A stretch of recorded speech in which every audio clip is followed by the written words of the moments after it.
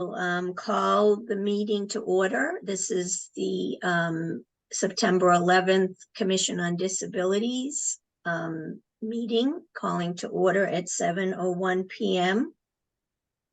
Reminder to all that the meeting is being recorded.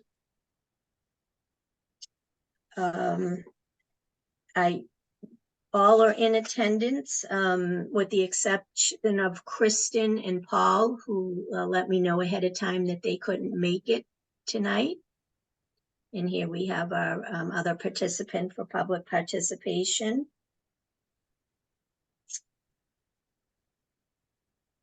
So let's do, Lois, do we have our flag? We do. Okay. If we could do the Pledge of Allegiance. I pledge of allegiance to the flag of the United States of America and to the republic for which it stands, one nation, under God, indivisible, with liberty and justice for all. I'd also like to just take a moment to recognize and honor those who lost their lives on this day in 2001.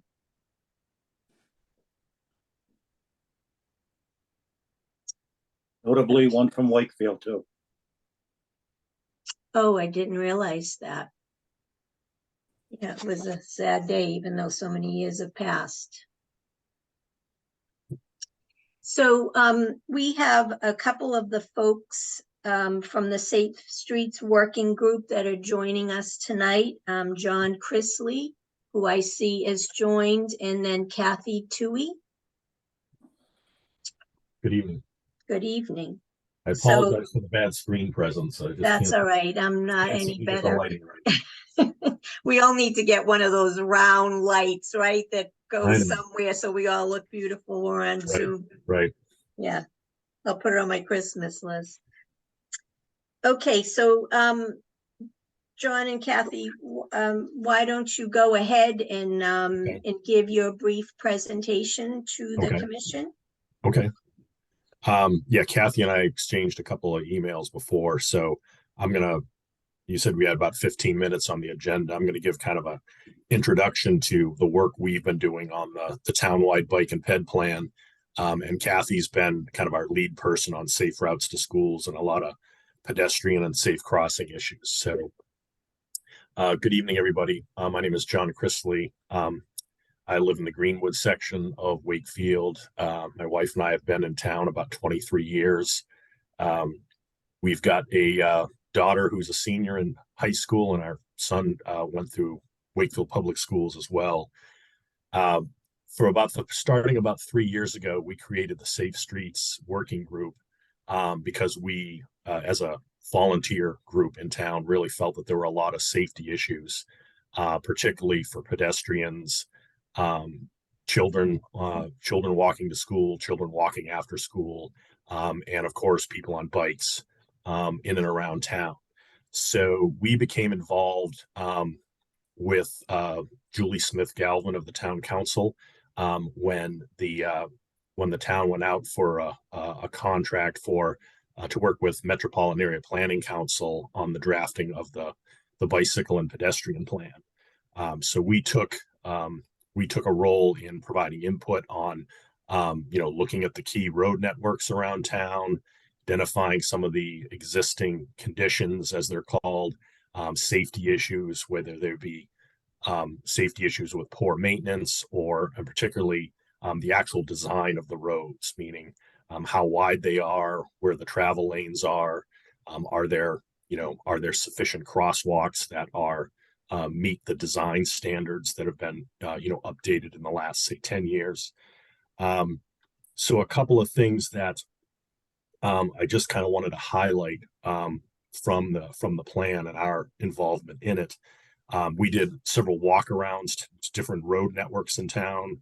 We did a walking tour on North Ave, and North Ave is one of the main arterial roads it's actually under construction now to include a wider walking path, what the designers call a bi-directional bikeway for pedestrians going north and south on one side of the road, the lake side of North Ave, that is, And the design is also going to build a 5 foot wide protected bike lane going in one direction, going in the northbound direction.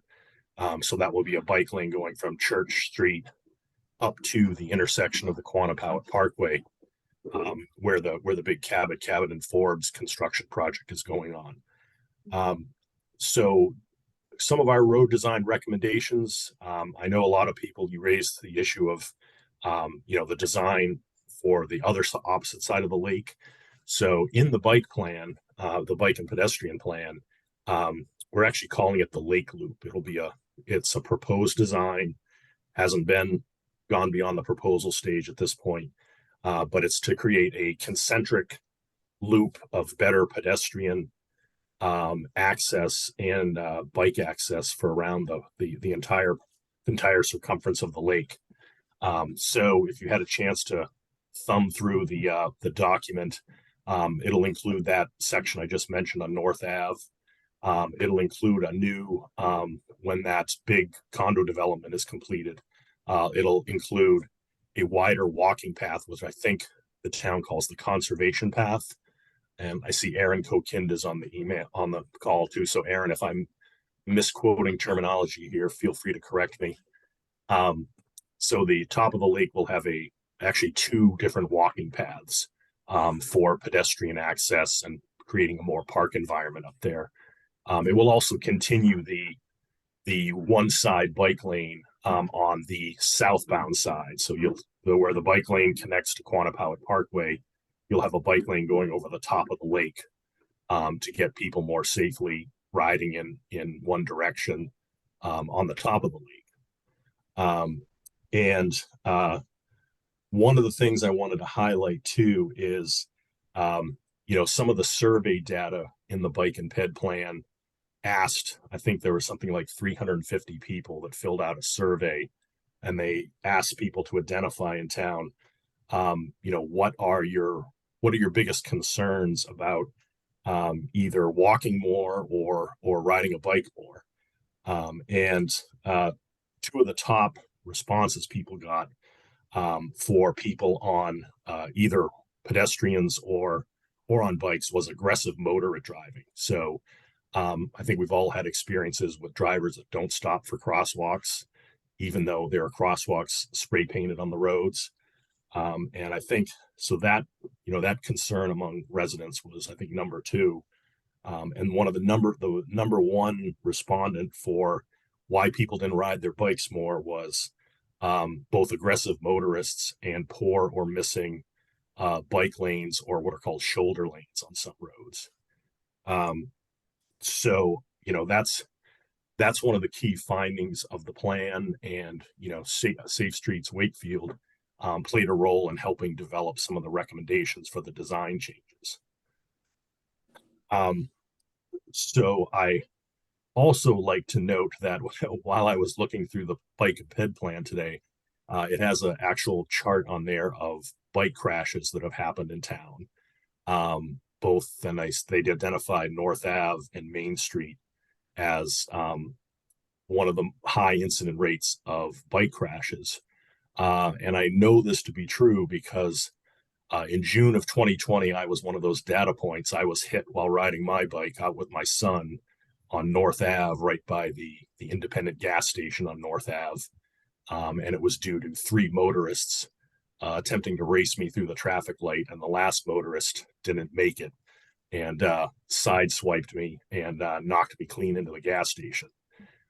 So I coming at this from sort of the planning perspective, but also some personal experience. And then I wanted to, since it was on your agenda, Marie, talk a little bit about the design proposal that's been written out for Main Street, the Lakeside Main Street Route 129. So that design is calling for kind of the mirror image, which is on North Ave, which is a 10 to 12 foot wide, continuously paved bi-directional walkway. It's pretty clear that anybody that's walked the lake is that walkway is not wide enough. I think there's like compacted dirt paths on both sides of the walkway on the lake. So that's a pretty clear indication that pedestrian traffic, people with carriages, and even people in wheelchairs need a better, a wider walking space to really make it comfortable around the lake. And the other part of the design that we would like to see is 2 or 3 more signalized crosswalks on that length of Main Street between Lowell and the big intersection with Church Street. I believe there's only one crosswalk on that entire length of the road, and you've probably seen a couple around town. There've been these, they're called rapid flashing beacons, where you press the button and it calls to attention to the motorist that there's pedestrians about to cross. So we'd like to add to the plan, like I said, 2 or 3 more crosswalks to the design of that side of Main Street. And the other part of the design is a southbound bike lane on that lake side as well, which, to get right to the point, will, if that design is drafted and approved by the town, it would remove some of the parking on that side of the lake. And in various discussions we've had, it seems fairly clear that the parking on that side of the lake is what the traffic planners call underutilized. So there's a lot more potential parking on that side of the lake than is, typically used on a sunny, fairly busy day in either the weekday or the weekends. Some of our informal counts, indicate that there's about 25 to 45 car spaces used at any one time on the southbound side of Main Street heading back into town.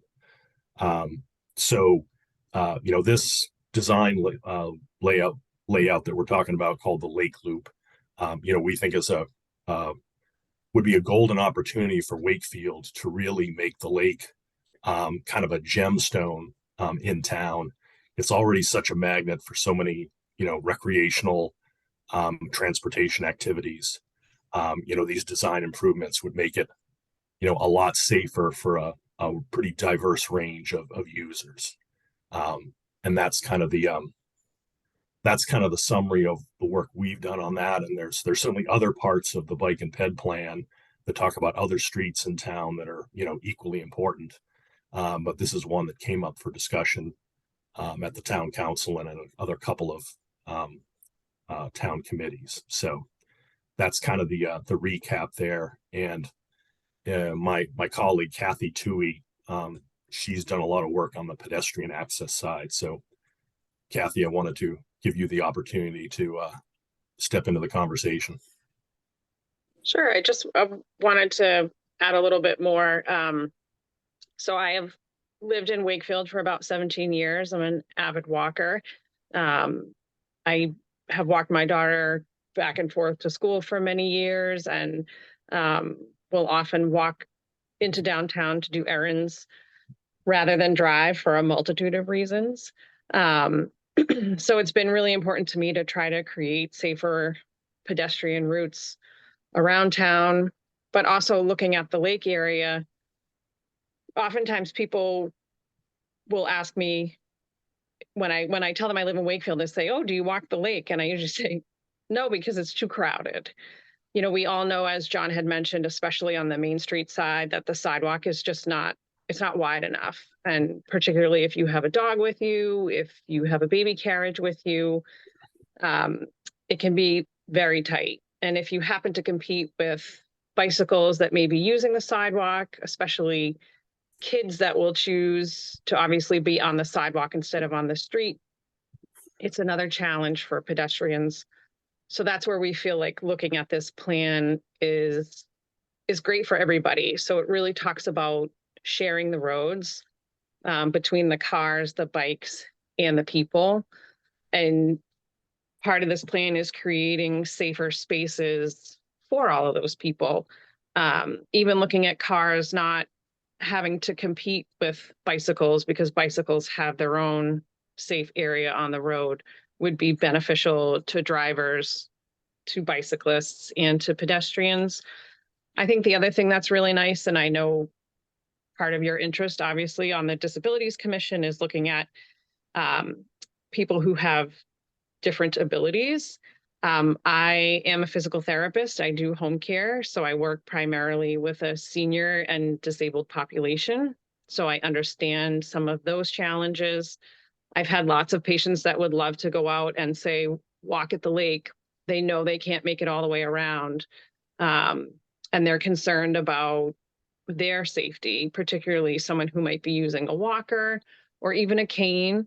Having a new path would certainly create a safer environment because it will be, you know, smooth and not cracked, and those people don't have to worry about walking in the dirt. Anybody with a mobility challenge, even if they're just a slower walker, as people, as they get older, just tend to walk a little slower. So this will give them a little more space on the sidewalk and less competition. The benches on the Main Street side certainly provide a nicer environment for people that aren't going to walk all the way around. So certainly improving the Main Street sidewalk in particular, I think would be great for everybody. What we really want is to, like I said before, really share the roads for everybody. It's not just, you know, the cars, it's not just the bicycles, and the plan is to just make it a better environment for everyone. And that's kind of what we wanted to convey. As John had mentioned, some more crosswalks on the Main Street side would certainly provide a better opportunity for people coming from their neighborhood or who may have parked on a side street to get better access to the lake. And those things would also be included in the plan, or would hopefully be included in the plan. We have made recommendations for that. So that's just kind of where we are and my perspective. So I just kind of wanted to put that out there, and hopefully people have a little better understanding of what we're looking to do. Thank you. And can you remind me, on the Main Street side, the parking will be removed between what streets? So I can jump into, if you guys don't mind. Hi, I'm Erin Kokinda. I'm the Community Economic Development Director for the town of Wakefield. See a lot of familiar faces here, and if I haven't met you yet, nice to meet you virtually. I'm here representing the town side of things. So I've been working really closely with Bill Renault here, the two of us, on this bike ped plan with the Safe Streets Working Group, and also with a number of other departments within town and other groups that have reached out to us in regards to the bike ped plan. I'm not sure how much detail John got into, and I won't repeat what him and Kathy have mentioned, but this has been like a 2.5-year project now. Unfortunately, due to some staff changes with our consultant at MAPC, you know, the COVID as well. We were kind of in the middle of COVID when we started this, so we had a lot of virtual meetings, and just has taken a little longer than we were hoping for. But I'm thrilled to have the opportunity to kind of clarify some questions here tonight that you may have in regards to some things that may be floating around. From my understanding, I think some people are getting a little worried, but I just want to start and remind folks on this call and anyone that might listen to this recording that this is a plan. So in my office, I work on a number of plans, whether that be a master plan, it could be a housing production plan, and we do these plans to kind of, I guess, plan for the future, both short, mid, and long-term goals for the community. And I just want to kind of reiterate this a few times throughout the time I'm talking, is that these are all just recommendations. You'll see throughout the plan that they call out certain areas. John alluded to the Lake Loop as well as Main Street area, which is part of that. We also have a few other greenways that we call out, a connection between Stoneham, Melrose, ourselves, Reading, improving bike and pedestrians. These are all just recommendations based on what the current roadway has and what the possibility is of what we could do, whether that be wider sidewalks, bike lanes included in that, just wider sidewalks, So I know people originally have looked at this Main Street side. I know that's been getting the most attention and getting kind of up in arms about us removing all parking. And again, that was originally a recommendation from MAPC. So we were able to fit both a sidewalk on the east side of Main Street, a bike lane, as well as a 12-inch or 12-foot, sorry, not 12-inch, would be bigger trouble than the 5-foot path we currently have, 12-foot walking path that they're currently, the 10-foot is what they're doing on North Ave, but a 12-foot walking path. Again, a recommendation to be able to fit multimodal transportation along this way. It would narrow the roadway currently. And that included the removal of all parking to make that work. I think Bill explained it really great in our town council meeting that we have kind of different tiers when we're looking at the right-of-ways as we move forward. Again, just recommendations on what you can fit based on what the right-of-way has. So whether it be a 40-foot right-of-way that we have, a 50-foot, these are the certain type of projects that could fit within those ways. So for Main Street, it's been made very loud and clear that people would not like to see the removal of all parking along Main Street. And I think for this group here, I can understand, and I'm not making any assumptions, but I can understand how some of the folks that you represent would like to be able to still park along Main Street there to take in the views, or be able to have a shorter walk to these benches that Kathy talked about. And so we are revisiting how we can still accommodate many of the things that we spoke about, the 12-foot path, a bike path, also a sidewalk on the east side of Main Street, and still have parking, not the whole way through. John said that a lot of it is underutilized.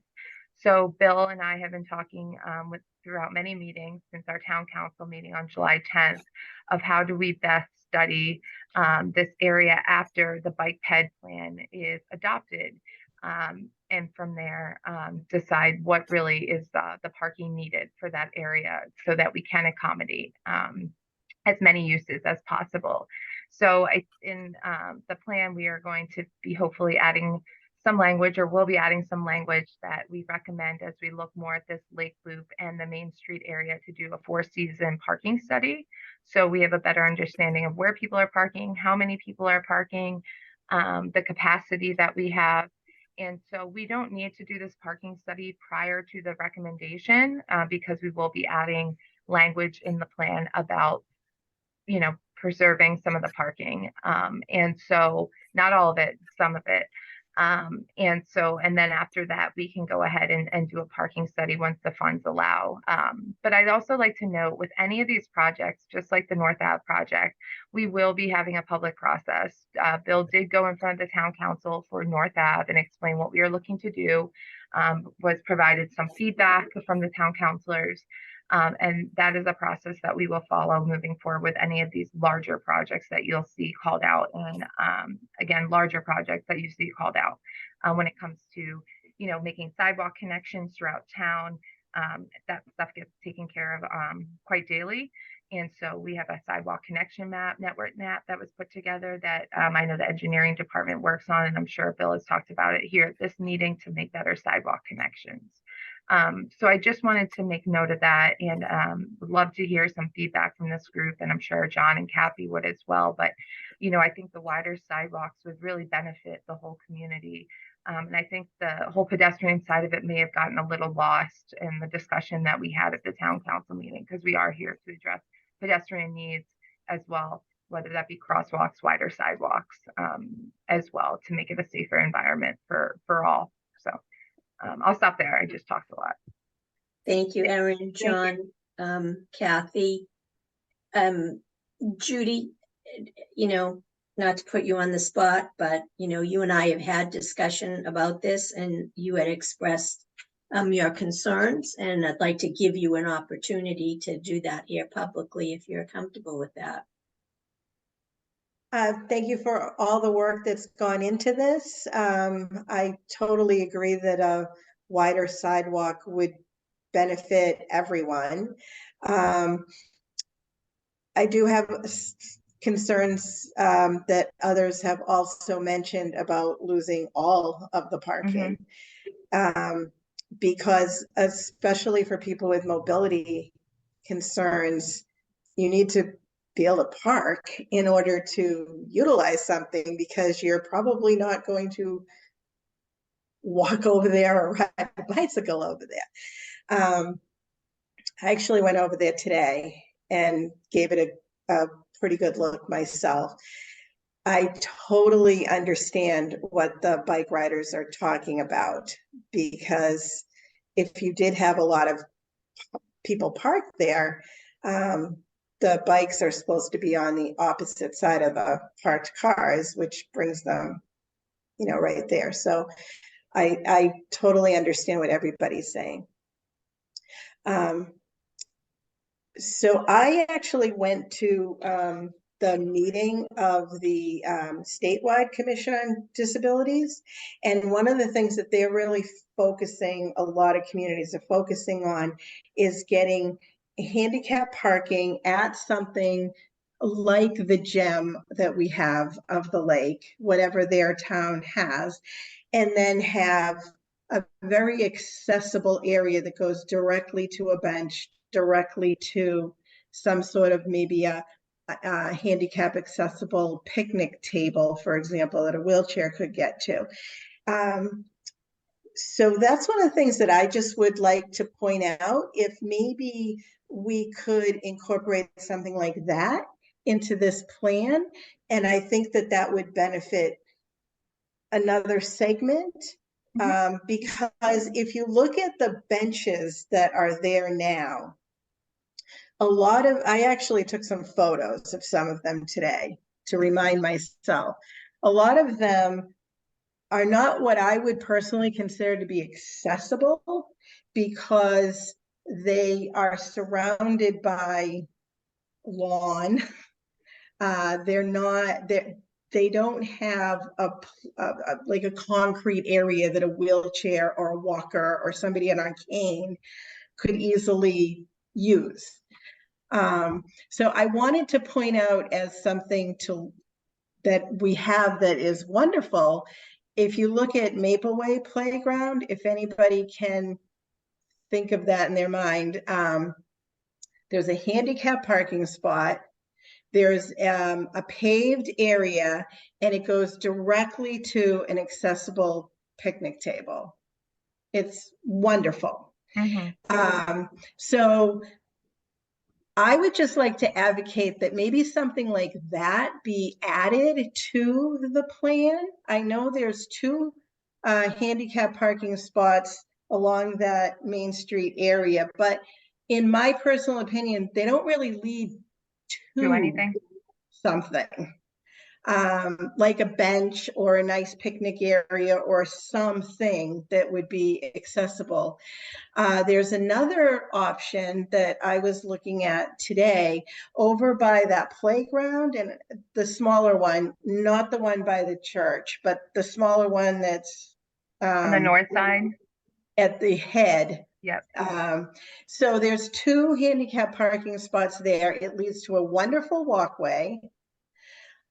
But again, the bench seating, it's not really what I would personally call accessible bench seating. There's bench seating and it's nice. But that would be another opportunity. Maybe an accessible picnic area could be established there. So if we're going to maybe incorporate something like this into the other plan, I think that it would be more inclusive. That I just took notes on that. That's a really great point. I'll bring that back to Bill. And 2, when we dive a little deeper into the Main Street area after the adoption, because we do talk about rolling throughout this plan as well. But I think, not the lake, but as well as other areas in town, we may call out to playgrounds and things like that. Definitely something that we should keep in mind when we move forward. But I really appreciate that. Well, in that lake area, that playground at the smaller one, You know, that has so many possibilities Mhm. that really probably wouldn't be that difficult to implement because it's already got its handicap parking. It's already got its beautiful paved area that is in, I think, really good condition. I think that that could be added to this plan that John was so good to, you know, really spell out, and could bring another depth to it for other folks. And like I say, if you want to see what I'm thinking of, Maple Way already has it. Judy, I just want to say I really appreciate your comments. Uh, and they're kind of personal for me too, because my mom suffered with Parkinson's for 15 years. So I know about the difficulty of getting people in wheelchairs and physical disabilities from one location to another.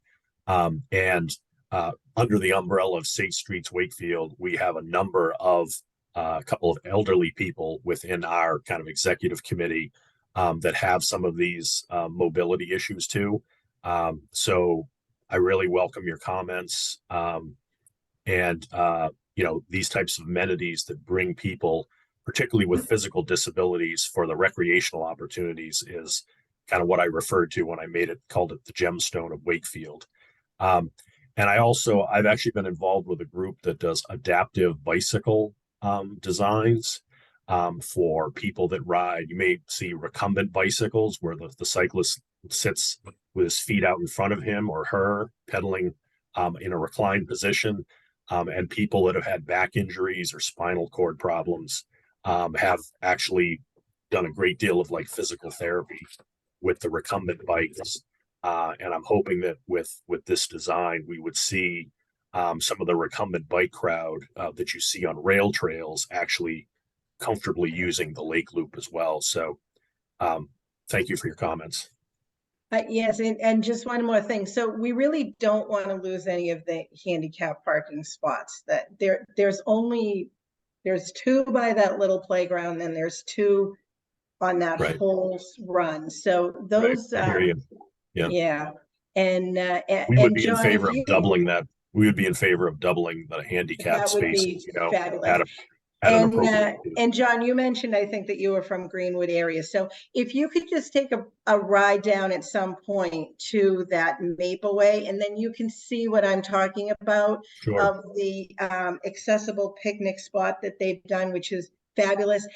Would love to see one at the lake, because that also encourages people to have family members, you know, of all age Oh, yeah. groups. Yeah. Yeah. Because your families go out for a day, you know, they have somebody with a disability. They want to have them enjoy the time out too.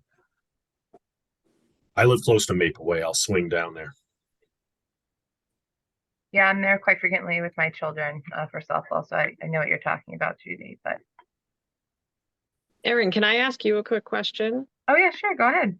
With the new apartment complex that's being built at the head of the lake, they are going to have public parking up there, correct? So the lot that you that's currently adjacent to the Spalding, the north, the playground on the north, there'll be some public parking in that. I mean, it's already public parking, but they're going to be allowing people to park there.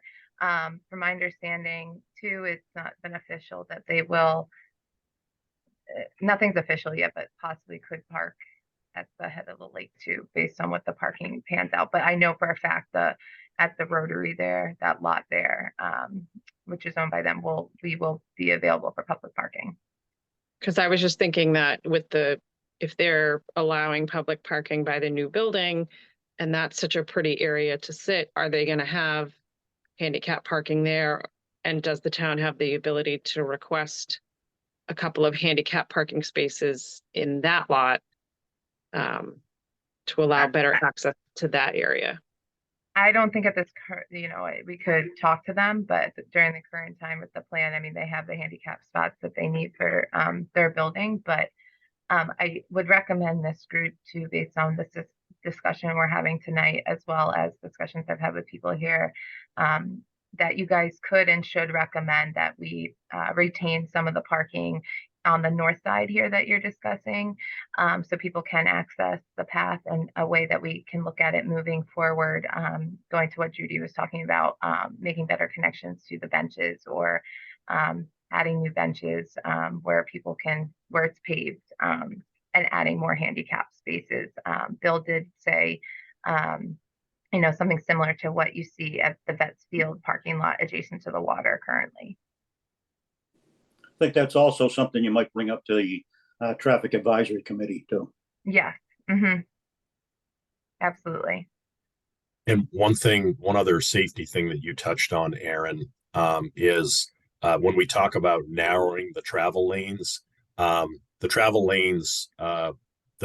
drawings I've seen are a standard 11 feet, and that's a standard Mass Department of Transportation lane width.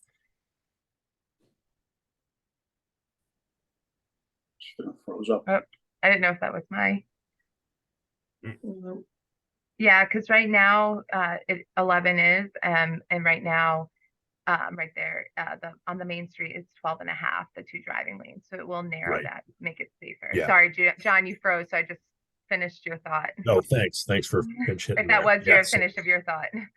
Yeah, I wanted to just emphasize that, if we're successful in putting crosswalks and accessing some of the wide side streets abutting the lake, then it'll be an easier crossing for anybody who wants to come and do access the lake from that side.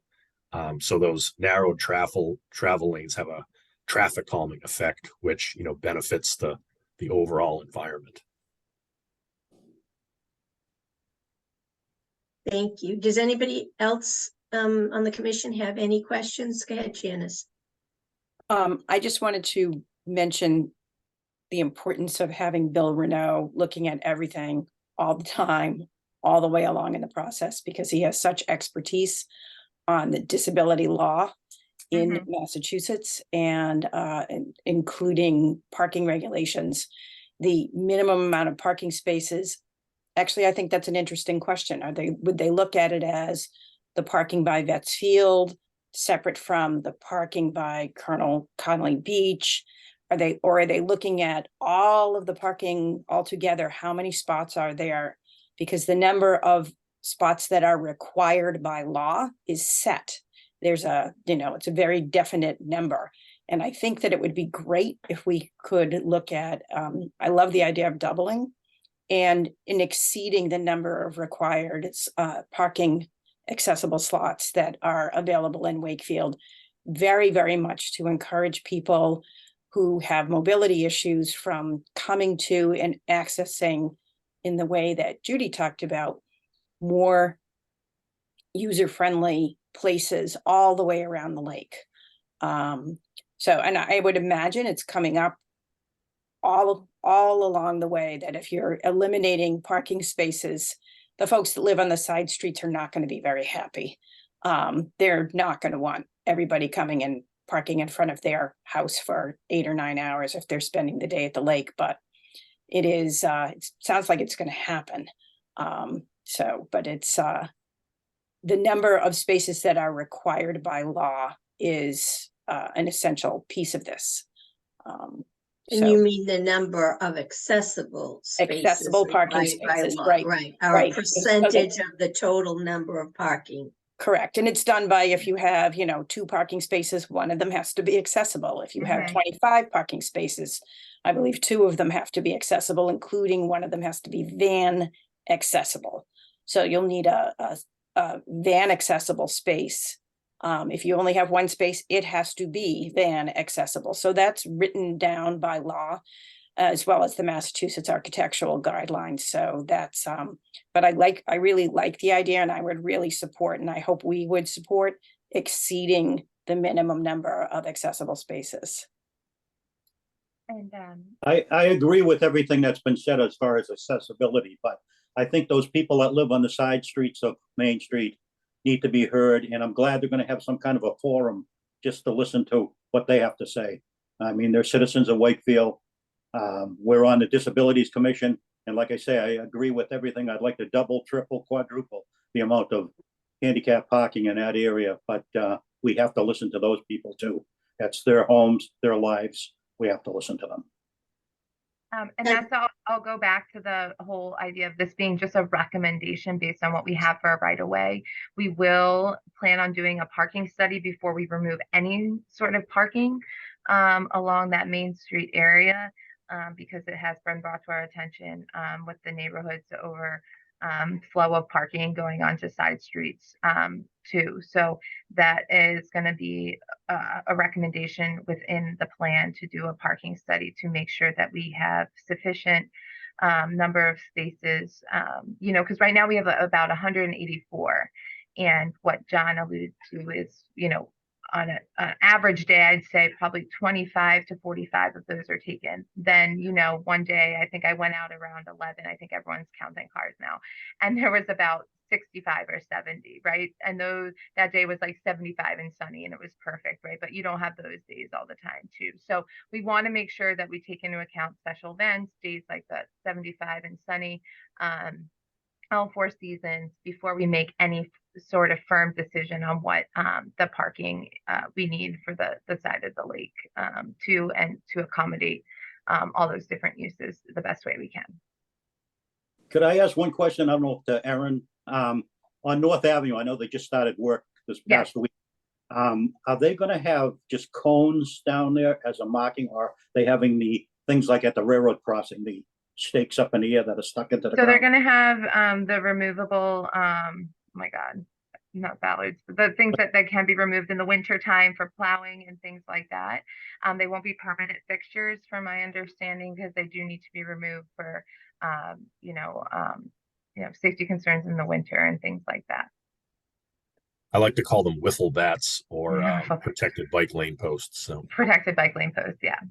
So, but the reason we're choosing those over something that's more permanent, again, is safety concerns. And, we understand that they're not completely used all, the bike lanes, they could be used all 4 seasons, but do need to be removed for, tough weather and things like that.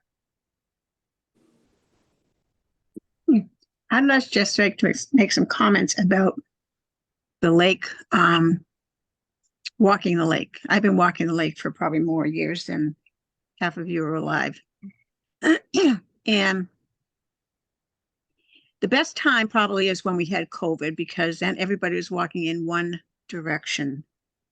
That's when you run into a lot of problems, is that when people aren't walking all in the same direction. I walk with walkers, friends of mine. There's no problem going 3 abreast. When you come towards somebody else, you move over to one side. But not everybody does that. The worn out paths on the side have basically been for runners, because runners like to run on packed dirt instead of asphalt. It's also nice that they will pass somebody who's a walker instead of having to dodge around them. They just go around the sides. Makes perfect sense. It has come, or at least this is my observation, because I've been forced off a sidewalk because somebody is walking their dog in the opposite direction from which I'm going in. So it seems to be, it's like the walker's responsibility to move so the dog has the space to come by. And as far as carriages, I totally understand. I mean, I used to walk my kids around that lake. I used to walk my grandson around that lake. But the half of it is that no one wants to move for anybody else. And then when you're going in opposite directions, that has to take place. If you do it like we did in COVID, where everybody went in one direction around the lake, then it just eliminates a lot of, who's going to move type of thing, who has the right of way here. So, you're going to run into all kinds of problems anyhow. No, I don't care how wide you make the sidewalk. Just going to mean that more people are going to walk 7 abreast or whatever. Unless you put in some guidelines that people are going to follow. That's my only concern, is that it doesn't make any difference how wide you make that lake. As far as biking, I bike too, but no, I won't bike around the lake. I won't bike it anywhere in Wakefield. I won't bike in any town unless I'm on a trail. And it's not just because the drivers are aggressive, because most of the time I don't see where there's been aggressive drivers, but it's been where maybe the bike might slip a bit and go towards into traffic, unbeknownst to the person who's driving the car. Also, there's lots of kids out there that are riding bikes, no helmets on. Adults riding, no helmets on. So who's responsible for their injuries if they get hit? I don't know. I don't know if there's, I'm all for 10 million handicap parking places, because there's one of the ways we can get more revenue if people park there that are not supposed to be there. But there's other issues with the whole plan when it comes down to people even without disabilities. That's all. I agree with Lorna on that too. And of course, she probably remembers when we had bicycles, we had to get a license plate for that bicycle. Every year before school started, they had a bicycle rodeo. I think there needs a lot more education as far as riding a bicycle, even for adults, not just children. And yeah, I see that every day. And I said, I wonder if, you know, I was in a car and I hit a bicycle, or what the insurance rates would be, or what. I have no idea. What's a bicycle? What's a scooter? What's an inline skate? What's a motorized bicycle? There's no definition on that. And yes, I see kids, probably at least half of them, no helmets, and adults with no helmets. But you can't have the police department out there, you know, pulling bicycles over every day. They just don't have time. But I agree with Lorna, and there needs to be a lot of education involved here. Maybe at the beginning of the school year and at the end of the school year, that they have a bicycle rodeo or something put on by, you know, the Lions Club or the Wakefield Police Department. I'm glad you mentioned that. Yeah, I'm glad you mentioned that, John. because Safe Streets Wakefield, we're having our second what we call Safe Streets, either Sunday or Saturday, this coming Saturday. You know, we're the sponsoring organization for opening the streets on North Ave, and they open one lane to wider bike and pedestrian traffic. We did the last one on, I believe it's August 6th. And we do have a children's bike rodeo there to teach them basic hand signaling and maneuvering. Because as a frequent road cyclist, I ride 95% of the time on the roads. I agree with the education component. Strong education component for defensive biking, and strong education component for defensive motor vehicle driving. So I appreciate your comments, Dan. Yeah, John, I saw the what you had last year when it was marked off last year, and they did have a little rodeo, but it was a little obstacle course for the kids to ride around in a figure eight or something. I didn't see anything on hand signals, stop, right, left. When I got my driver's license, we had to know that. Yeah. I have to know how to drive. People should know. That is actually what we're teaching the kids at the bicycle rodeo. It's not just riding an obstacle course. We put in stop signs, we put in turns, and we teach them the signals. We had bookmarks that came from the Safe Routes to School program that showed the kids what the hand signals were that we gave out to the kids who stopped. Last year's event, bicycle helmets were given out to those who needed them. I guess that was a grant that the police department did use up, but we have done a lot of that education with the people who have come. And for future events, we're trying to work more and through our social media on better education to drivers, to pedestrians, and to bicycles on what they're supposed to be doing to be safe in their particular roles, and on what the Massachusetts laws say. Like, for instance, the new law, I think, came into effect in January of this year about a 4-foot buffer zone for a vehicle to pass either a pedestrian or a bicycle, or, you know, any other form of mobility of a person using a roadway. And definitely, I can tell you that Wakefield drivers are not aware of that. So we would like to put a lot more education out there, and it is something that we are definitely working on. That's great. And one other thing, as far as around Main Street on the lake, I see a white line there, and I think a lot of people think that white line is a bike lane. It's a fog marker. And I think people ride in that white lane and think that they're on the bike path. Well, they aren't. And these are things that I said the education has got to show people how to ride a bicycle or a motor scooter or these electric bikes. And there's so many different kinds now. I don't know what you call them, how you even define them as far as insurance, or God help somebody that, got in an accident with one. And you can't have the Wakefield police patrolling bicycles. It just can't be done. And that's where I say education. And yes, I'd like to see more and more and more than what you're even saying. Right. We did investigate. There's a one of the largest, longest serving bike advocacy organizations, the League of American Bicyclists, has a very extensive program called Cycling 101, where it teaches people all about the road rules, all about handling a bike, all about, what you're talking about, lane markings, lane width, safe passing distance. It's really kind of the national standard for bike education. So I've had some discussions with Julie Smith Galvin about bringing one of those classes to Wakefield through the recreation department. And that would be for usually teenagers and adults. I have a question.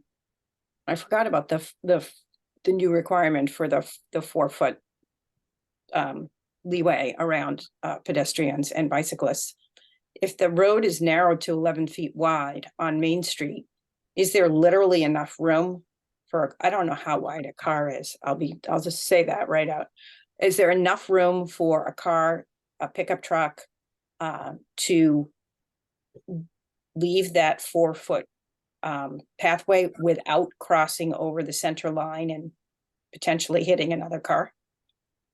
Well, no, what the law specifies is the driver has to allow either slow down or make adequate passing to go over the double yellow line, and then allow the 4 feet minimum passing.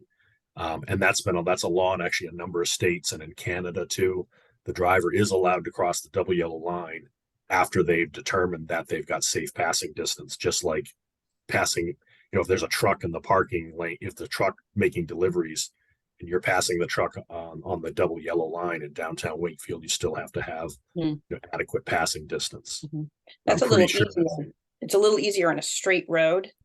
The way that road really waves around, you really can't see very far ahead of you on some parts of that road. So be interesting to see. Hopefully not deadly.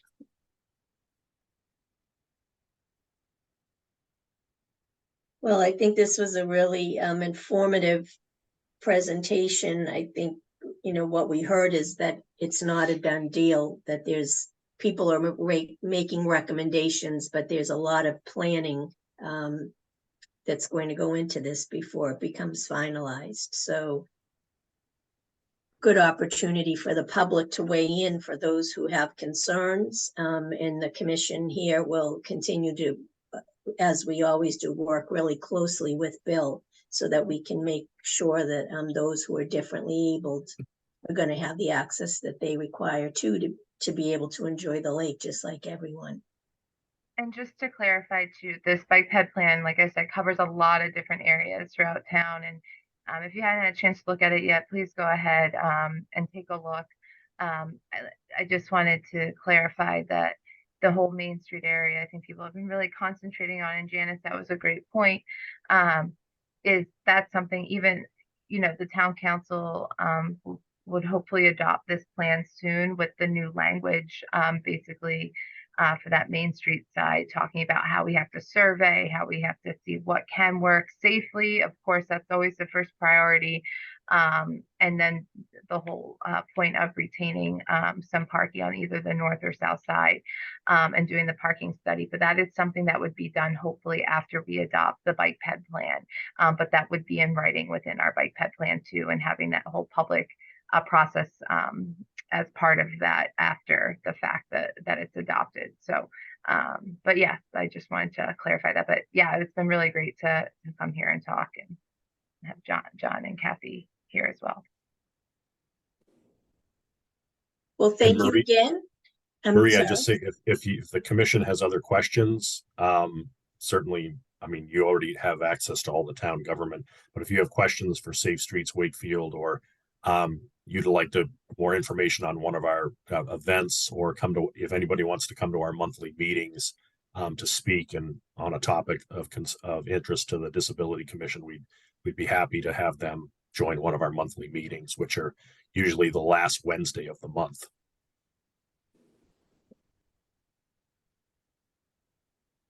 Very good. Thank you. Thank you again. We appreciate it. And I'm sure we'll all be chatting again soon.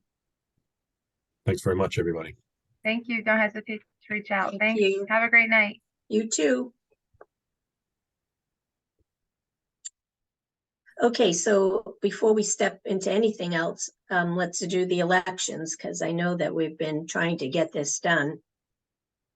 Does anybody have any nominations or interested in nominating themselves or anyone else for any of the 4 officer positions, the 2 co-chairs, secretary, treasurer?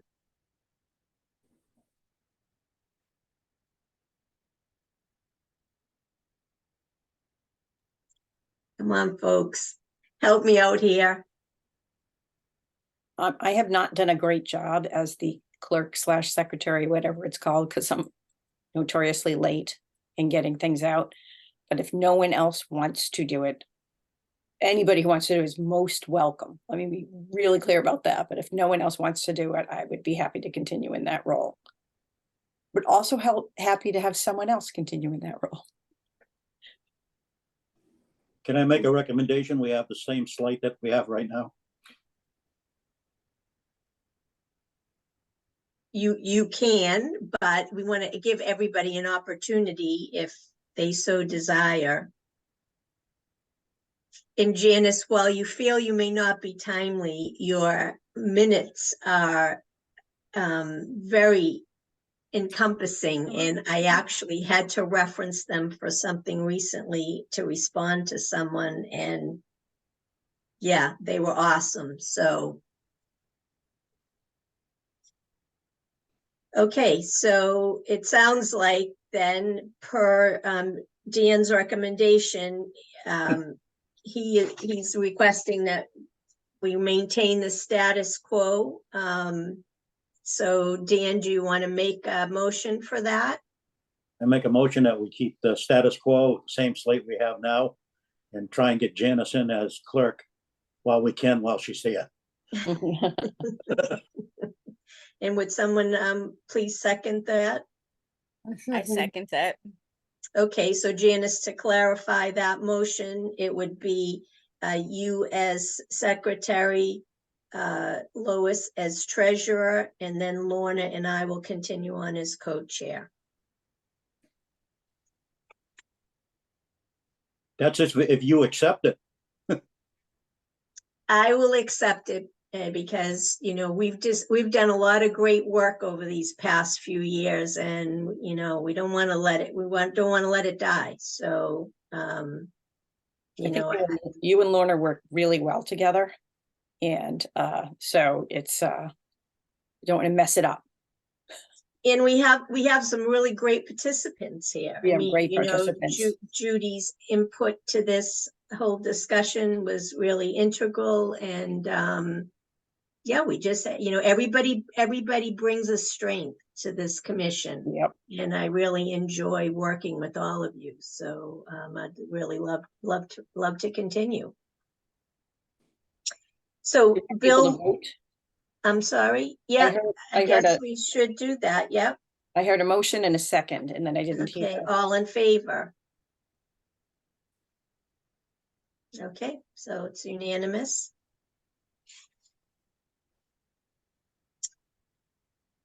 Bill obviously isn't able to join us. He had a conflict, so we had him on here for a handful of items. So we will we'll catch him at the next meeting.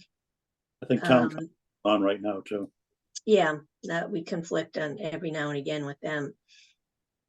Just, I'm going to go out of order a little bit here. Town Day is October 7. I was trying to look before the meeting to see what the times were. Lorna, do you remember last year? It was afternoon, right? So October 7th is that Saturday. I believe it was in the afternoon. Yeah, I believe it was too. So, I mean, is anybody available that they might want to do shifts? I mean, we don't have to all stay there. Ash is gonna be working like, I don't know, 1 to 2 or 1 to 3 down there, 1 to 3:30, somewhere, something like that. I don't remember what it is now. But I mean, so I don't mind being down there at the same time. So you'll I don't know work. where I did with my calendar either, so. 12 to 3 it is. Is it 12 Oh, to is 3? that all it is? Oh, that's, okay, so that's not too much. Yeah, I remember it wasn't real long last year. It was really nice. People had stopped by the table. A lot of people had stopped by the table. It was also a beautiful day. That's what, that always helps. Yeah, I guess we should probably look at what we have for handouts, what's left from last year. Do we need more bookmarks? Do you know, Lorna? Um, I think, I, do I I have think you them? have them all, Marie. I think Okay, I gave so- them back to you after the thing at the Marikell Civic Yeah, Center for the new people. info, the new welcome family thing. Yeah, okay, Yeah. I will check, Janice, and I'll send you an email to let you know how many we have, Okay. because you probably remember maybe how many we had in total. So you'll know how many we've used. That One with little I know yellow that the- book, the little yellow book from Salem, I think it is, was very helpful as far as addresses and stuff. That's the one I sent. Yeah, the one Lois had gotten. Had a lot of Yeah, info. I don't think we have any extras I of think- those. Do Out if you ask for them, they'll send them out to you. I can call them. you mind, Lois? That would be great if you want to call and see how many more you can get. But I'm Yeah. pretty, It'd be pretty great sure to have his Salem, handouts. right? They're out of Salem. Ask him what the maximum was that you could have. Oh, do you have a couple hundred hanging around? Yeah, I'll do that. All right, so I've got on my calendar that Dan's working 2:30 to 4. How can that be on town day if the thing only goes till 3? I don't know. I don't remember. All right, well, so 12 to 3. If Dan's working it, I'll be down there for some of it. Is anybody else interested? I'll do it too. Yeah, that's what I'm counting on. You're gonna be there too. Yeah. All right, and if anybody is, that's fine. I'll be in Lois, Canada, but the hurricane's coming. yeah, let's not, hopefully not on October 7th. We've got No. time. If there's anything left of it up there. Yeah, I'll be out of town, so I won't be able to. okay, no, that's fine. Yeah. Do as you well. know if there's another one of those welcome wagon Haven't things? heard. We haven't Oh, heard, but yeah, I'll make an inquiry to see. I forget, when was that last year? Do you remember when we did it? No. No, all right, and I think, yeah, all right, we'll hear. I'll check it out and I don't see. know if it was November or the beginning of December. Wasn't it before the end of the year, wasn't it? November. Excuse November? me? It's November. I think it was November. Yeah, for some reason I think it was too. Okay, so maybe they just. they haven't Okay, gotten Marie, to I it. have Ash down here for work from 1 to 2:30 on that day. Okay. Well, I'll double check to see what I put down, what Dan is. But yeah, you and I will be there anyway, so. Yeah. Is Fire Cafe gonna have anything there? And Yeah, that's what we're talking about. Okay. Both of our guys they are gonna be there the whole time. can I ask how you're doing as far as fundraising? I haven't checked recently, but I think we were up to about $55,000 for the crowdfunding. Okay, And we received a $75,000 grant from the state, and they're gonna Great, try to great. do a thank you with the legislature.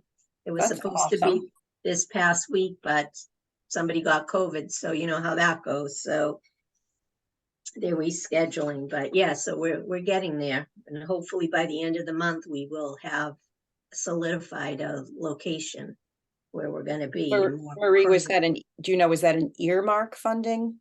from- Yes, it was, Okay. yes.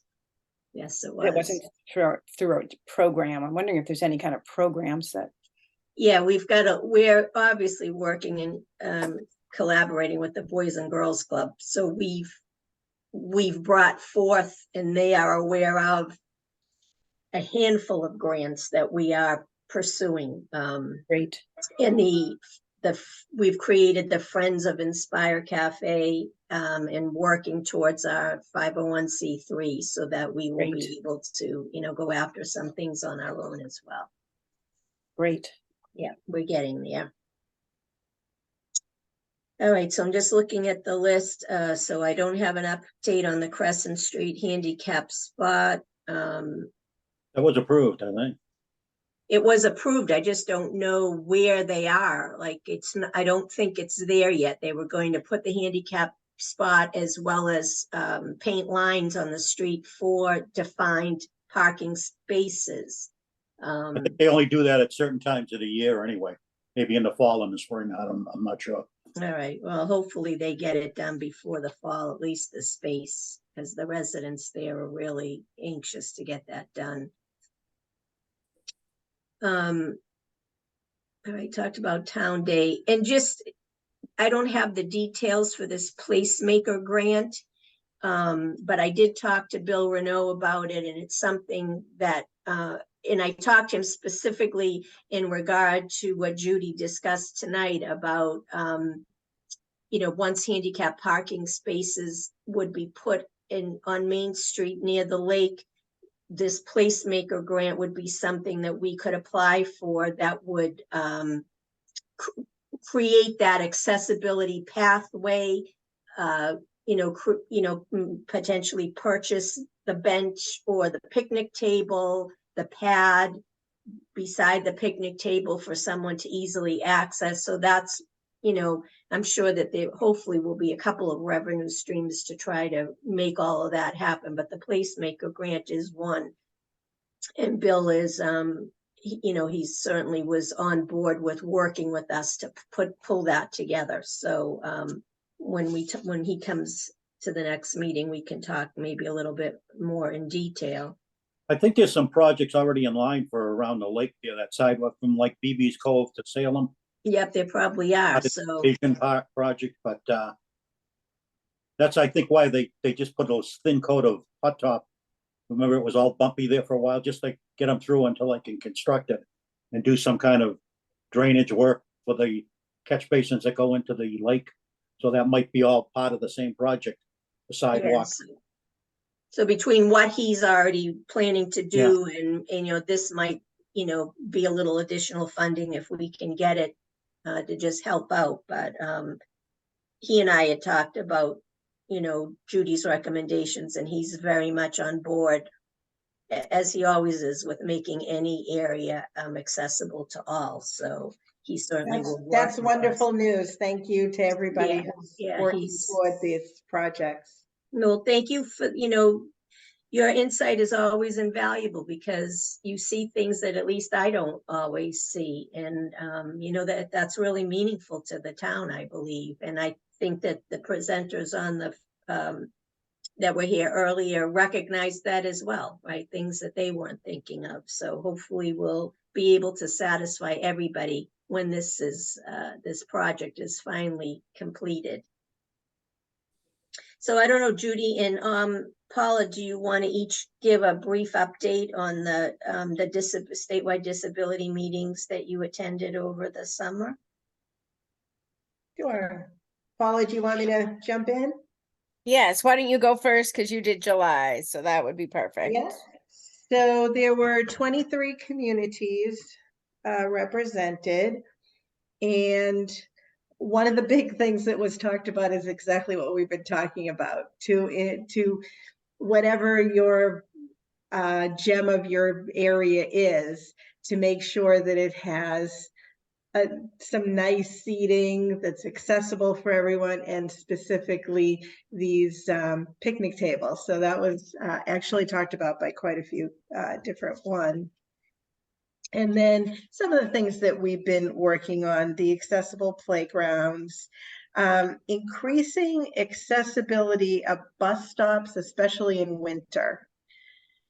Some of the communities were having some problem with the curb cuts where somebody could utilize a walker or a wheelchair or something being blocked by vehicles that are rendering them inaccessible. So That's been a focus for a lot of communities to make sure that there's more public awareness around that. And then backlit computer keyboards to increase ease of use at libraries. So does anybody know if we have that here in town? I wasn't sure. Just like a signboard. So that when you go to use the keyboard at the library, that it's backlit. So if somebody has a visual need, I'm You not could sure see if we the- have you could see those the or keys not. better. Yes, that type of thing, exactly. So a lot of the commissions have been actually purchasing these for the library with their funds. And then there was also discussion about the assisted listening devices for community meetings. So I know a lot of these things, you know, have been on our agenda in the past. Thanks. And Paula, anything to add? Yeah, it was great. There were, I think there was only like 10 communities there. I, of course, don't have my notes in front of me.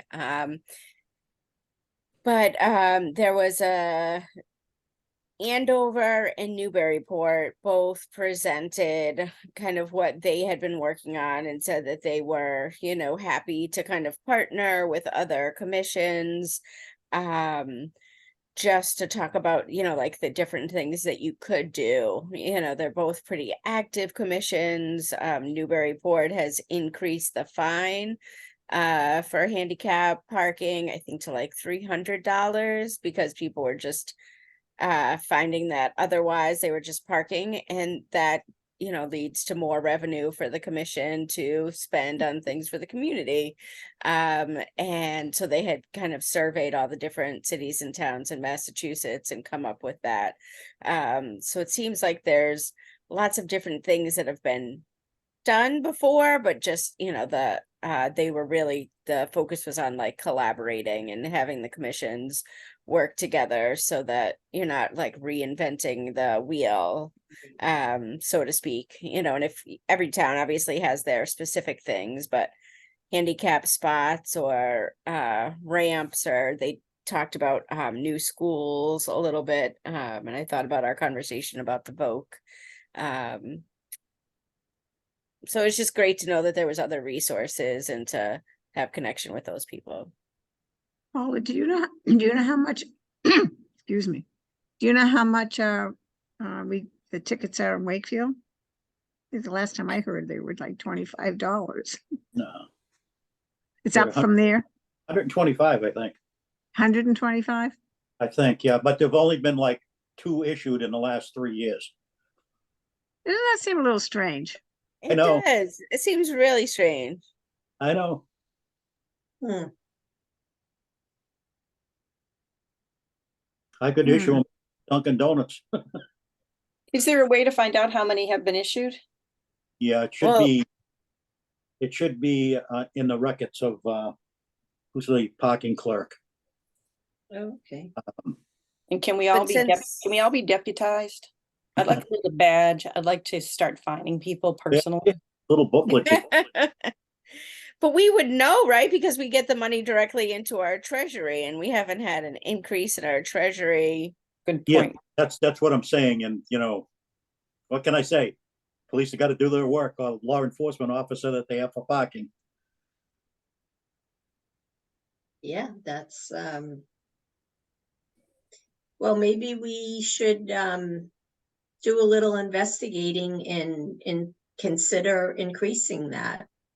Can we invite whoever is the person that takes care of checking on parking and, you know, that gives people tickets? That And would Lieutenant Invite Anderson, them, probably invite them to a meeting? Lieutenant Anderson, contact him. And he probably would be, where he's the chair of the Traffic Advisory Committee. So we would want to invite the parking clerk. Janice, is that what you're recommending? I think you go through the police first. They're the Yeah. ones who, But Right, that's the no, request. invite the does- police officers that would be able to actually issue the fines and find out, are you doing that? So I think that like people that park by the train area where it used to be, remember when it used to be completely full every single day? It hasn't been that way for a long time. But there's like zero question that you'll get a ticket there if you mess up, but I think that's MBTA enforced. It's a fun, go down to North Avenue, look at the 3 parking spaces in front of the depot. There's nobody there.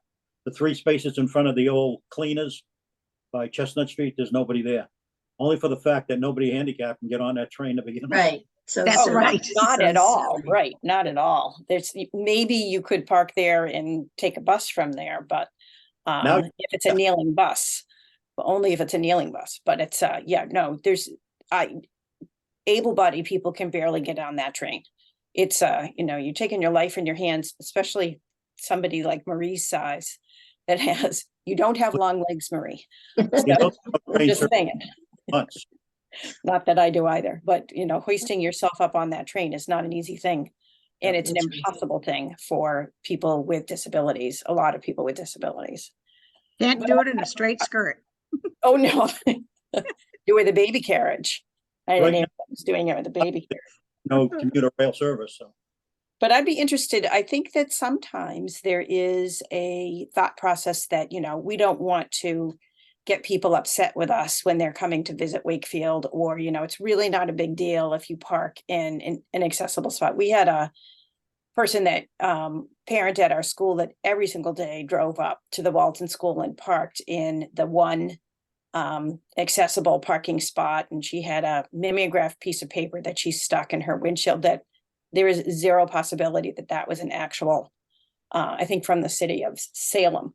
And it made me so angry every single day. And the next year we had a child who was using a wheelchair.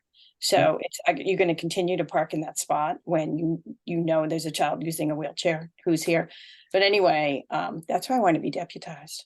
And, but I'm just wondering if there is, if we were going by and we saw a car that shouldn't be parked there and had no placard of any kind and no identification, could we say, ask what should we do in that situation? Yeah, good point.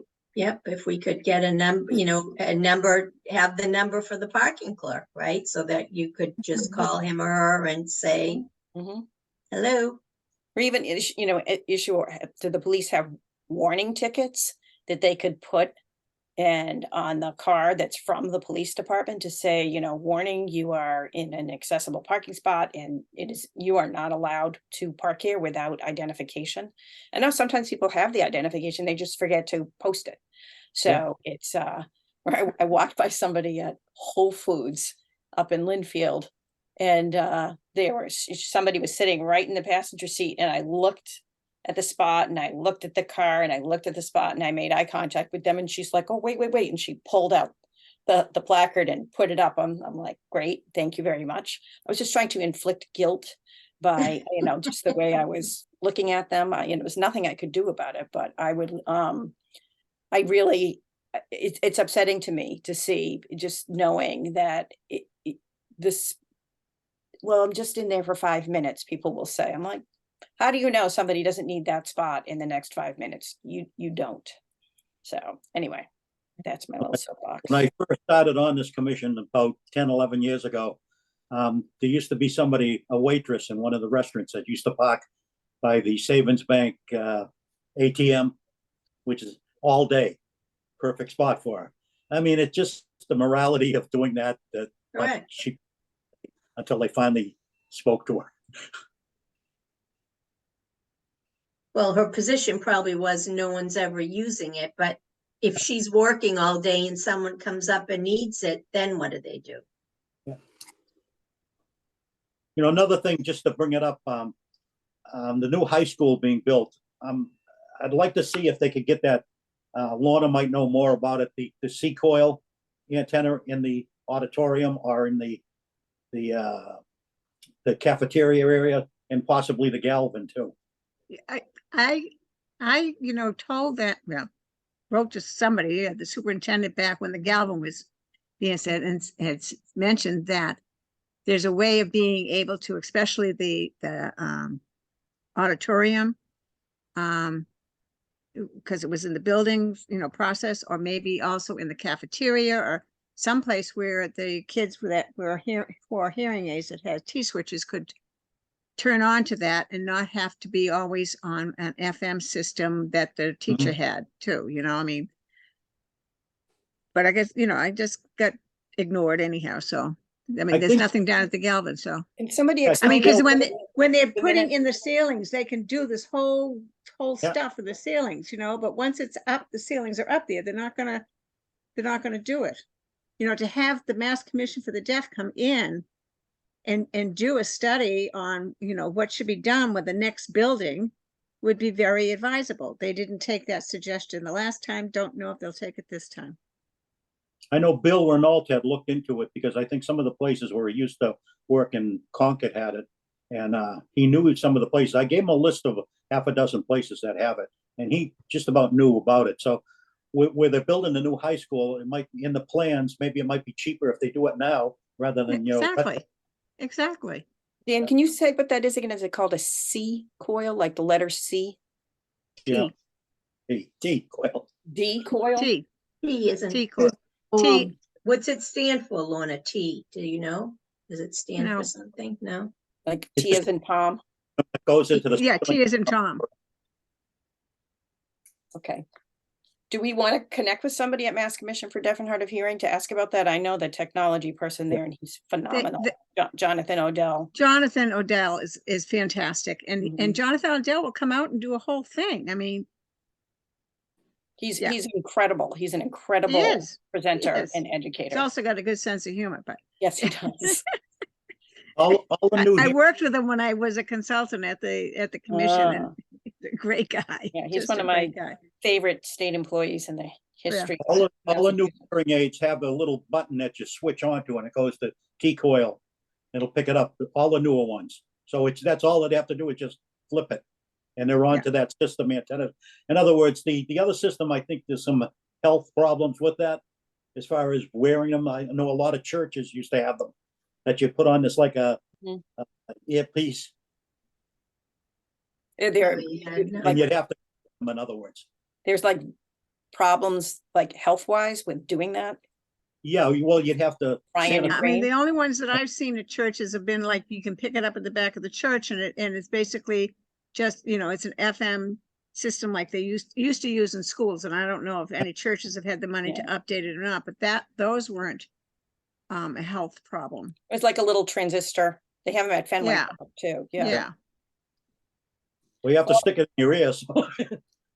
Right, and then Can somebody we- else would have to use it, right, Yeah. is what you're Can- saying, so that.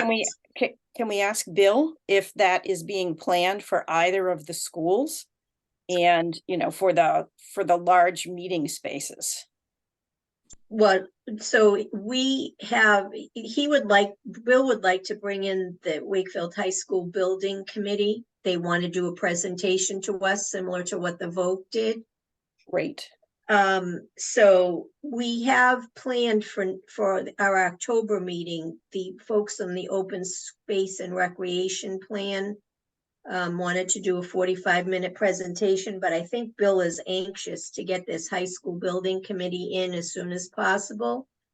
So would we be amenable to doing two meetings in October?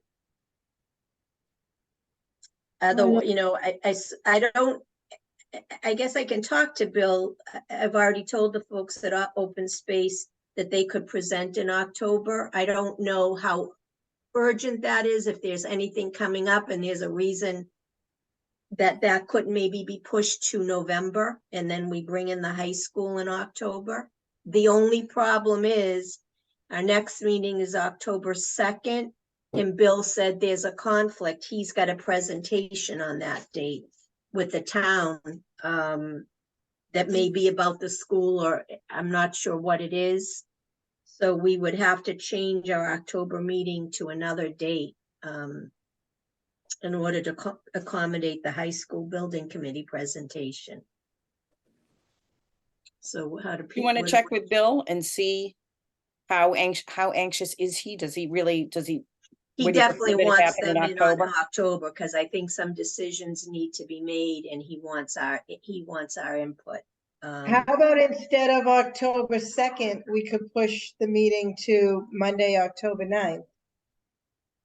Which is the holiday. Right. Oh, that's a holiday. Yeah, that's the tricky piece we're gonna run into. So the next one would be 16th. the 16th.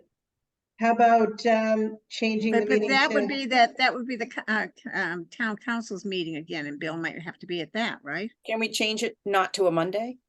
And Could maybe we make do it the, October 3rd? What about, Yeah, that's sort of what I was thinking. Would I can't do October, it on the 3rd. you can't, okay, so that No. doesn't work for Lorna. But I can do it on the 10th.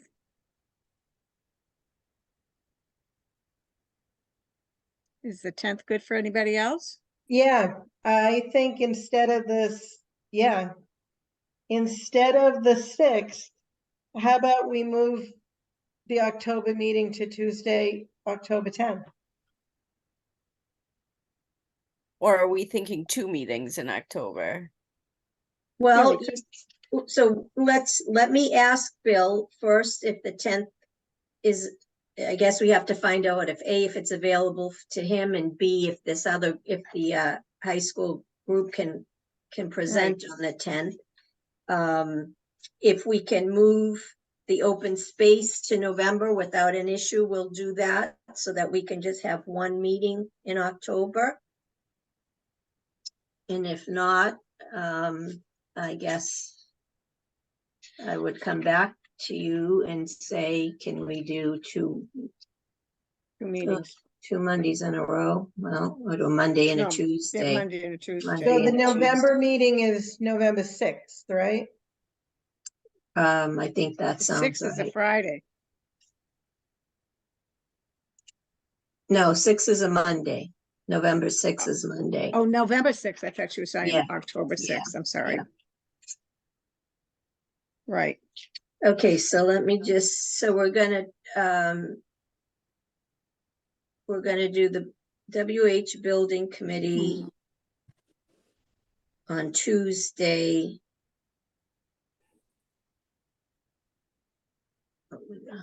October 10th. October 10. And then can we bump open space to November?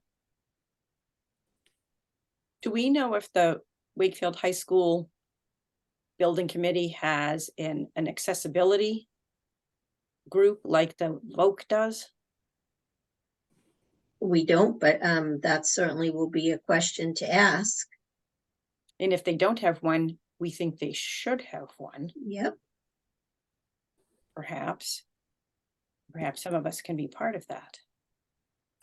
So when you were mentioning the gentleman who knows about this hearing issue, would that be a good time to maybe invite him to talk with the group? If they can meet us on Tuesday, October the 10th, maybe he would also be available to just give a little presentation to them, and we could have everybody learn about it at once.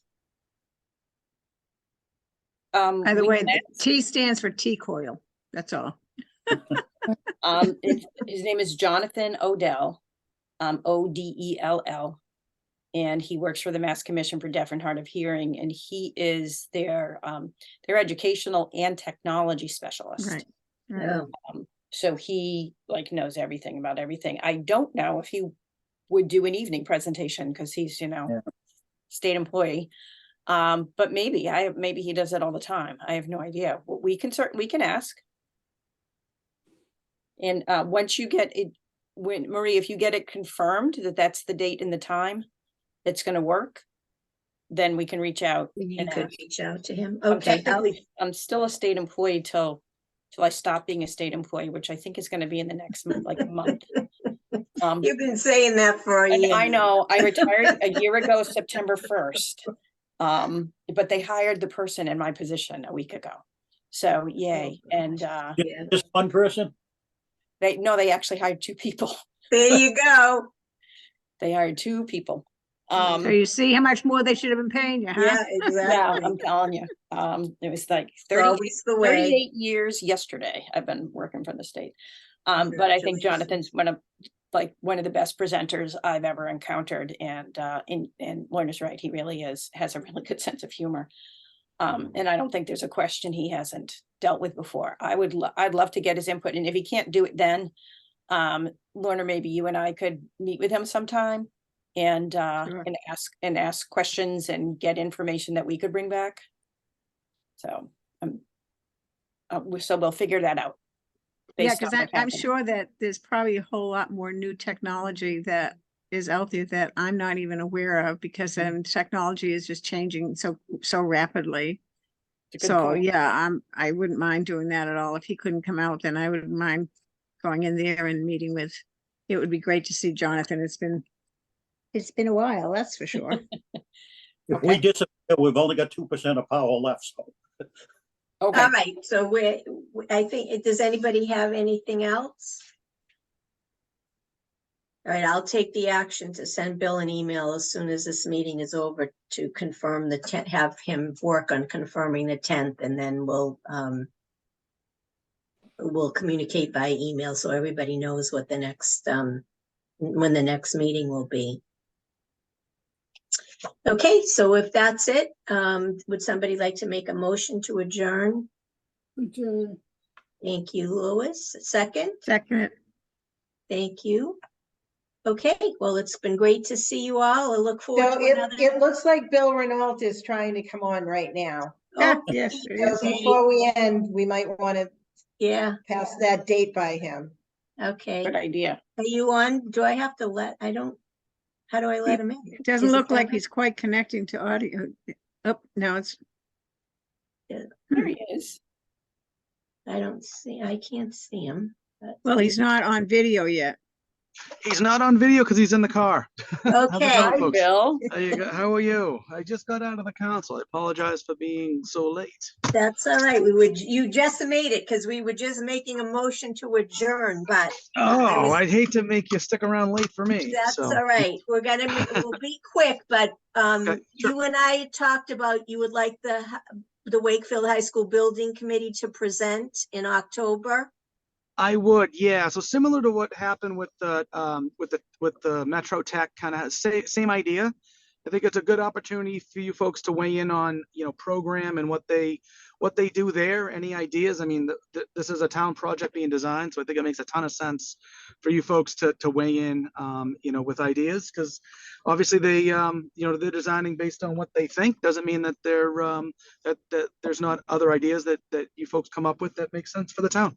Right, okay, so you and I had talked about, you said October 2nd, which is our next meeting. You have a conflict, you've got another presentation that night, correct? I do. I'm back at the town council again. These holidays kind of push their meetings out right into your meetings. So Yeah, so do you think you could do Tuesday, the 10th? Because Monday, the 9th is the holiday. it's a good question. Let me All right, so first.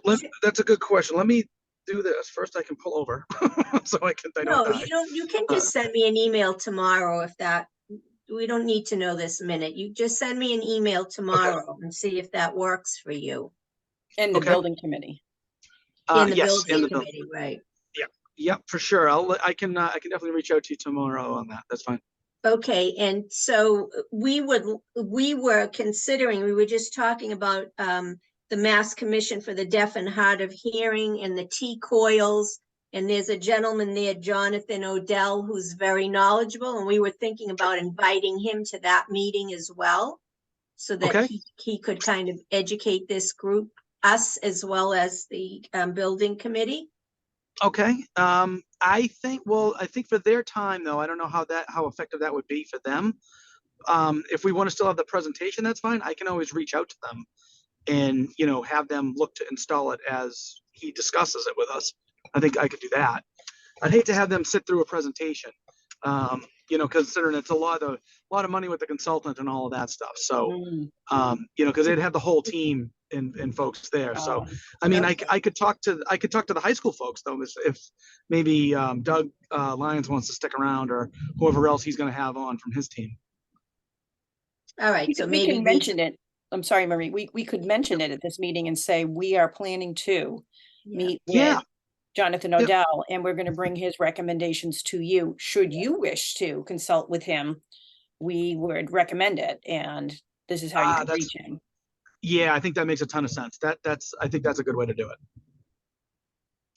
Okay, and then the group from the open space and recreation wanted to, I had originally committed to them for October. Is there any Okay. reason that we can't bump them to November? Is there anything pressing that you're aware of that? No, that's fine. That's Okay. fine. I mean, the only other thing I have is I have the updated transition plan piece. So just like they're helping with the transition plan for the open space, we completed our evaluation of the town buildings. I forwarded that to you, I want to say late last week. I received it late last week. So that gives us basically a list of all projects that are recommended, kind of high priority, low priority, medium priority for improvements in the schools and the town hall and all the different town buildings that we have. So I would love to get some feedback on that from you folks if you have any other ideas or if you agree with those projects. Because what I'd look to do is actually start ticking those off and include an article, or at least in the capital plan for fall town meeting, to tick a couple of those projects off. Okay, so then maybe we discussed having 2 meetings in October. Maybe we have our regularly scheduled meeting on the 2nd with that as the topic. And Okay. then we go the following Tuesday, the 10th, if that works for everybody. Is people on this? Yeah, well, it works for me, but I just wanted to ask about when are we supposed to meet with that youth group that wanted to meet with I don't remember, it wasn't the youth council from The youth council wanted to come. Yeah, the youth council discussed it, right? I wasn't 100% plugged in on that. I don't believe they weren't coordinating with me. I think they were coordinating with Marie, right? I wonder if if it would be useful for them to come when we have this presentation from the, I don't know, the open space, or I can't even remember now specifically. They were more interested in the high school building. You think they would be more interested in? I would think they'd be more interested in the high school. I think the youth council, that would be a great spot for them to plug in. Although I think they already are, but maybe from a disability perspective, they may want to be involved. I know They could be involved. Wasn't They could be involved with any of them. They could be involved with any of them, to be honest with you. So was it the youth council that also had a project that they needed to do? they came to me. Well, no, so I ended up having a with some of the folks last year in their civics class. I had some of them reaching out to me. So that happens every spring as they're wrapping up their year in civics. They have a kind of an public engagement project that they do, and I get tagged in with a bunch of different requests from different students about, it can be roads, it can be, one of them was a butterfly garden and pollinator garden, another one was sidewalk improvements. So they all have different civic projects they do, but I don't know if the youth council specifically reached out and what they were looking for. I mean I can reach out to them and find out if that's what you like. They just appointed a liaison to us from the youth council. It's Madeline, is it? So okay, yeah, all right. Last year too. Yeah. Also, So I mean, I think before she'd just be on the meetings and liaising, right, and then updating the youth council accordingly. All right, I'll Yeah. go back and You- look at. Yeah, do you have to go? Wheelchair swing at the Dull Bear. We got 1% of the iPad. I'm sorry, you Magnolia Preston. Yes. Oh, there you go. Yep. Yeah. I'm sorry, Dan. What were you were saying about the swing? The wheelchair swing at the Dull Bear. Yeah. Any It's we have it. It's just, at this point, I don't believe it's been installed yet, right? They No, ran out of time.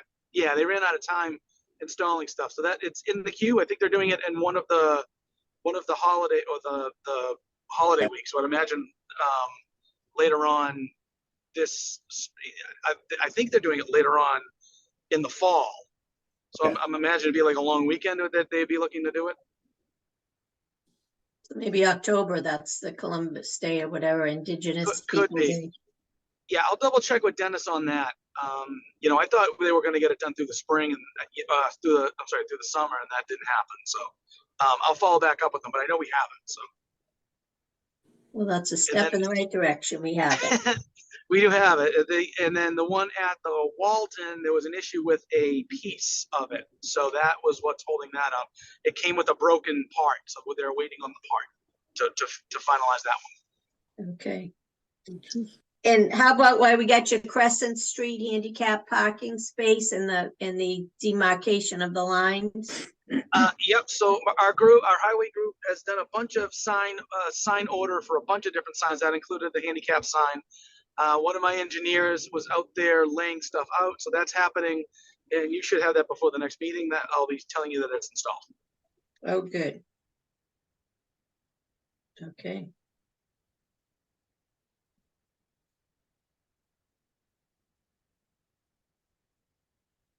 All right, so I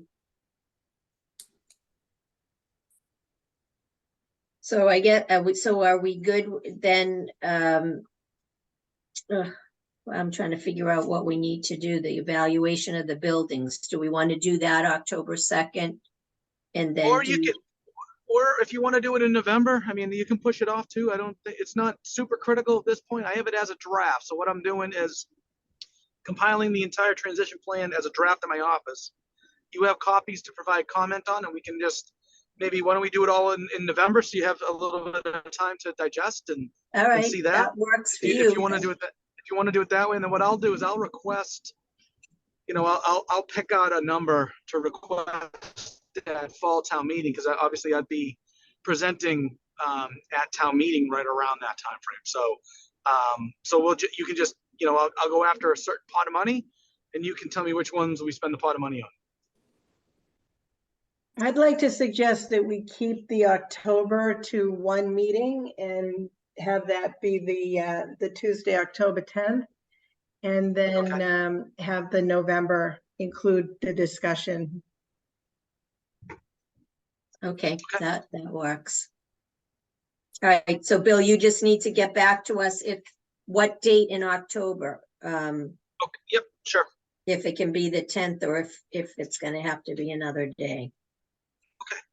All right. Have you looked at the 3rd as an option? Because I'm pretty sure I can do the 3rd. Lorna can't make the 3rd. Okay.